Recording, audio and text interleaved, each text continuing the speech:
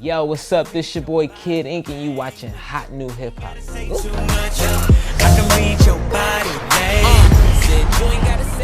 The tour was crazy. You know, we did about 40 some cities, including like after parties and festivals and different stuff like that. It wasn't just always just me on tour. And then I had an opener, Fecky, who was actually pretty big over in certain parts of Europe. So it was dope to have, you know what I'm saying, some support. That was actually cool. And then I actually had my own team actually do some supporting too and opening up, and that was pretty dope. So I think from there, just, you know, being able to have this be my third European tour, and it's bigger crowds, you know what I'm saying? We're not just doing the same venues, it's like everything's growing, and then we're doing new cities, and it's, you know what I'm saying, selling out in days and doing more than what the promoters expected and stuff like that. It's pretty dope, you know what I'm saying, to know that that's just setting it up for the next couple years, man, and that it seems like it's gonna be a regular thing at this point. So, you know, I think being there for 2 months though is not really the goal. I think after being there for 2 months, cause you know, that's really like a stretch for me I've never been on tour that long, and I've of course never been overseas that long. So, you know, to not be home and not be able to be on the same wave as everybody else, missing all the information, news, stuff, like I have to, because the Wi-Fi sucks. I'm gonna be for real, like the Wi-Fi overseas is terrible. We went to Russia, and they had they got like these pilot like hats. I bought a couple of them because they looked dope. When I went to the store, there was like a bunch of souvenirs and stuff, so I bought a couple of them, and I was rocking them because it's cold. Like, it was, everywhere we went in Europe was cold, but when we went to Russia, it was snow 6 feet, you know what I'm saying? The snow everywhere. I think that shot when we were out there, it just looked crazy, man, because everything was covered in snow. And you know what I'm saying, I had my photographer James with me, and I just told him, like, come over, we gotta take a shot in front of this. And it was like some old looking planes and older looking cars, and it just really looked like a set scene. It didn't look like it was real. Skydiving is crazy. I went skydiving for my girl's birthday, so, you know, that's like something that I think I could do regularly. I think it was pretty cool. I would take everybody else. I want to see how I think now it's at the point where I just want to see other people go through it, because I've already done it. I know how easy it is, but I want to see everyone else panic on that way up, because I know when I was going up the plane, I had to talk to myself like, don't panic, because it's not really when you in the air, it's the process of being on this little plane that's going up 10,000 feet and then stepping onto the wing, and you're not really in control, so you don't know when you're about to jump. The person holding you about to jump, and they just tap you, and as soon as you feel that tap, you gone. And then it was crazy though, you know what I'm saying, they let you mess with the parachute, and we went through a cloud, which they said is not regular, so I'm feeling like, you know, I'm a true high guy.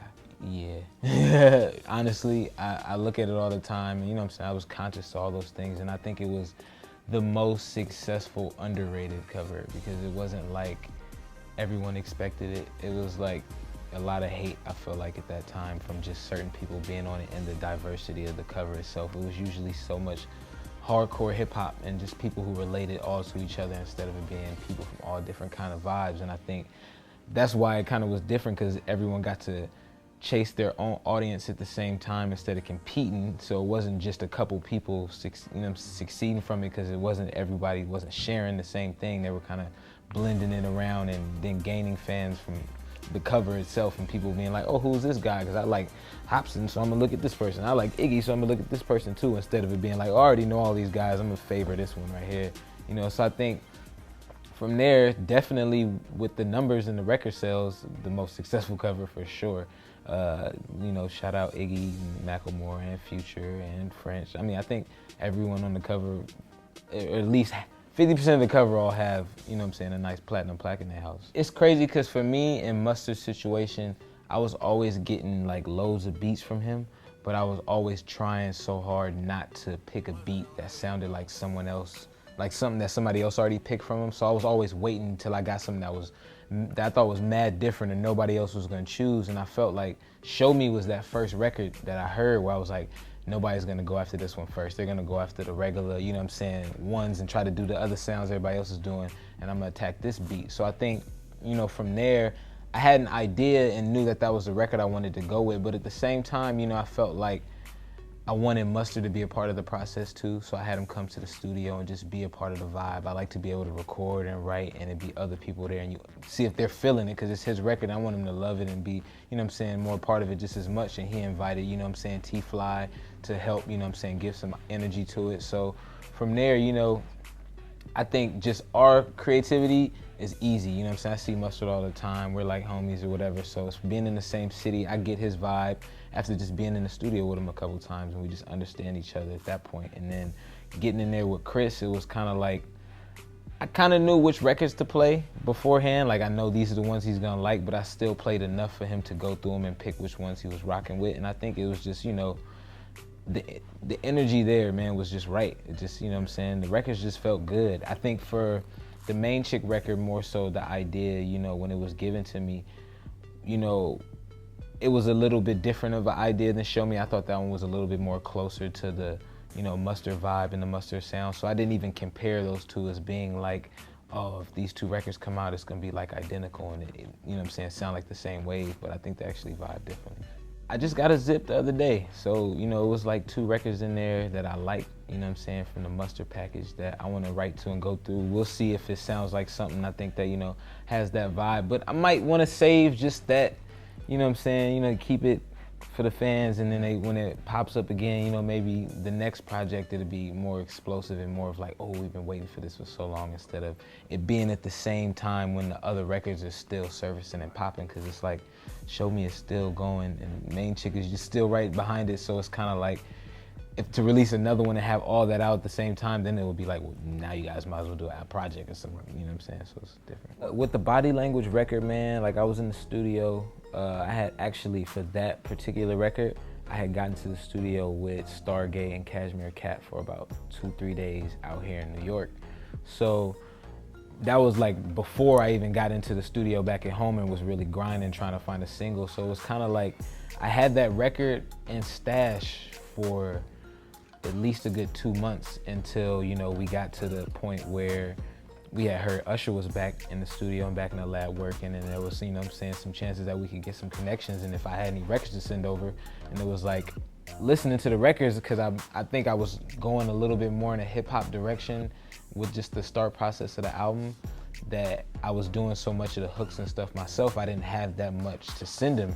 And I think, you know, out of Body Language, it wasn't that many records that I felt that strong about. So, you know what I'm saying, it was really one of those tests where it's like, well, I'm gonna send this one record and hopefully this is the one. And, you know, it ended up turning out to be one that he was vibing with. But from there, I knew when I wrote the record that it was a female section and a male section, and it was supposed to be back and forth response. So I was thinking, you know what I'm saying, like, who is a dope female artist, you know what I'm saying, I can get in contact with soon, you know what I'm saying? I didn't want to wait and it be somebody just as poppin' as Usher, but then I gotta wait, you know what I'm saying, 6 months to get the clear or whatever. So it was kind of like, oh, Tinashe, we do shows together all the time. I've seen her through the city, you know what I'm saying, she's running the same circle of friends. So it was like, come to the studio, listen to this record, see if you vibe with it. And same thing, it was like an instant response. It was like, yo, I gotta be on that record. Didn't even really mention anything about Usher or anything. It was just kind of like, I need you to sing these parts on this record. All right, I got you.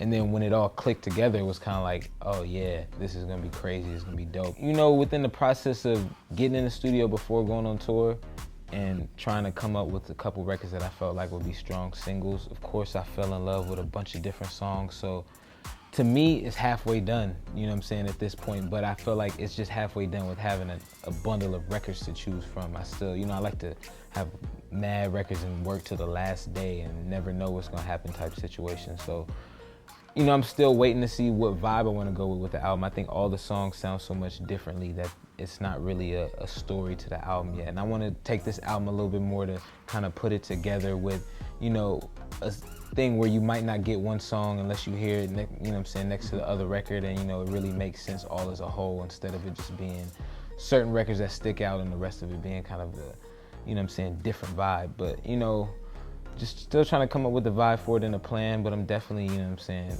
just rocking out and just having fun. I think, of course, like I said about just the Chris Brown Mustard situation, like I wouldn't be eager to just jump right into that and redo it, and, you know what I'm saying, and especially with the features, I don't like to continue to do the same stuff over and over. So of course I'm gonna try to get a different batch of features, unless it's something that, you know what I'm saying, is just real strong there from, you know, working with somebody. But I think with this project, I'm a little bit more conscious with just not really trying to prove who Kid Ink is, and more so just being creative with the records. So, you know what I'm saying, instead of me trying to tell my story, I'm kind of, you know what I'm saying, giving more just a day in a life situation and not more past stuff, more just present, you know what I'm saying, reality. So definitely next year, and I think, you know, after winter, I don't want to, you know what I'm saying, rush it. I think, you know what I'm saying, I want to have it perfect and right, but you know, I want to let the single breathe a little bit, you know what I'm saying, longer than Show Me got to breathe last time. I felt like Show Me didn't peak until after the album was out and there was some time, and I felt like if it was just some time in between that it could have actually did better for the album project. So I feel like, you know, I want to let the single kind of try to hit its peak at that point and see what just, you know, maybe I could come up with something just as crazy in between that time and even keep it going even longer and just really have people anticipating it. I want to have that anticipation for the project more so than just, you know what I'm saying, the single popping and I'm gonna drop it at the same momentum. As far as the album, you know, people fell in love with Come As You Are, you know what I'm saying? The people fell in love with that, and we were just getting started. Like, you know what I'm saying? We still having fun with it. I don't want people to think this is a Kanye West record. This is my record. I would have made this record without Ye, but Ye made it better, and he's also featured on it, which is very sweet. Now, you know, like Drake doesn't even have a song with Ye. Like, I'm gonna show you the shoe. Give me your initial opinion. Ew. Ew, what is those? Is that for real? That is That's horrible. horrible.